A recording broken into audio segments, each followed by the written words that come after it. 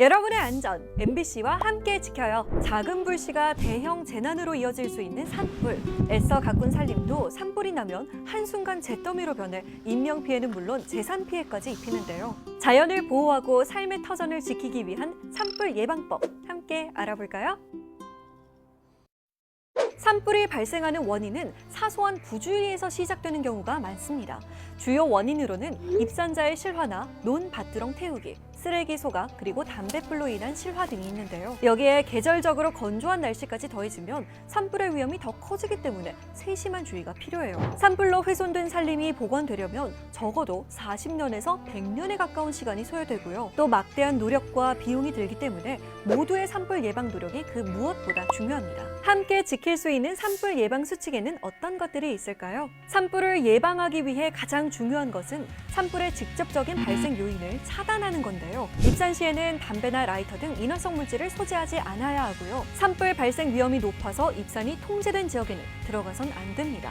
또 지정된 장소가 아닌 곳에선 절대로 취사나 야영을 하지 말고 모닥불도 함부로 피워서는 안 되고요. 지정된 장소에서 취사를 할 때에도 취사가 끝난 후에는 주변 불씨 단속을 철저히 해주세요. 산림과 인접한 곳에서 논밭두렁 및 농산 폐기물 소각을 할 때는 반드시 관계기관의 허가를 받아야 한다는 사실 꼭 명심하시길 바랍니다.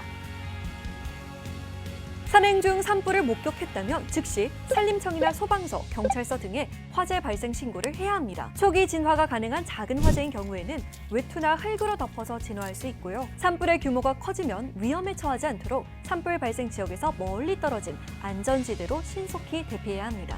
대피할 때는 산불보다 낮은 곳, 그리고 바람이 부는 반대 방향으로 이동해야 산불 진행 경로를 벗어날 수 있다는 점 꼭 유의해주세요. 시간적인 여유가 없어서 대피하지 못한 경우에는 바람을 등지고 주변의 낙엽이나 나뭇가지 등 연소 물질을 제거한 후에 최대한 낮은 자세로 엎드려서 구조를 기다려주세요.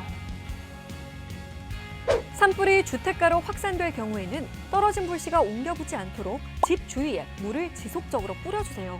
출입문과 창문은 닫고 폭발성과 인화성이 높은 가스통이나 가연성 물질은 모두 치워둬야 합니다. 또 인명피해가 발생하지 않도록 산불이 발생한 산과 연접한 주택의 주민은 안전한 곳으로 대피해야 하는데요. 혹시 대피하지 않은 주민이 있을 수 있으니 이웃에게도 위험 상황을 꼭 알려주세요. 재난 문자나 방송 등 산불 상황을 알리는 정보를 집중해서 들어주세요. 산불은 무엇보다 예방이 가장 중요한데요. 작은 불씨도 큰 불이 될 수 있다는 경각심을 갖고 우리 함께 노력한다면 산불 예방할 수 있습니다.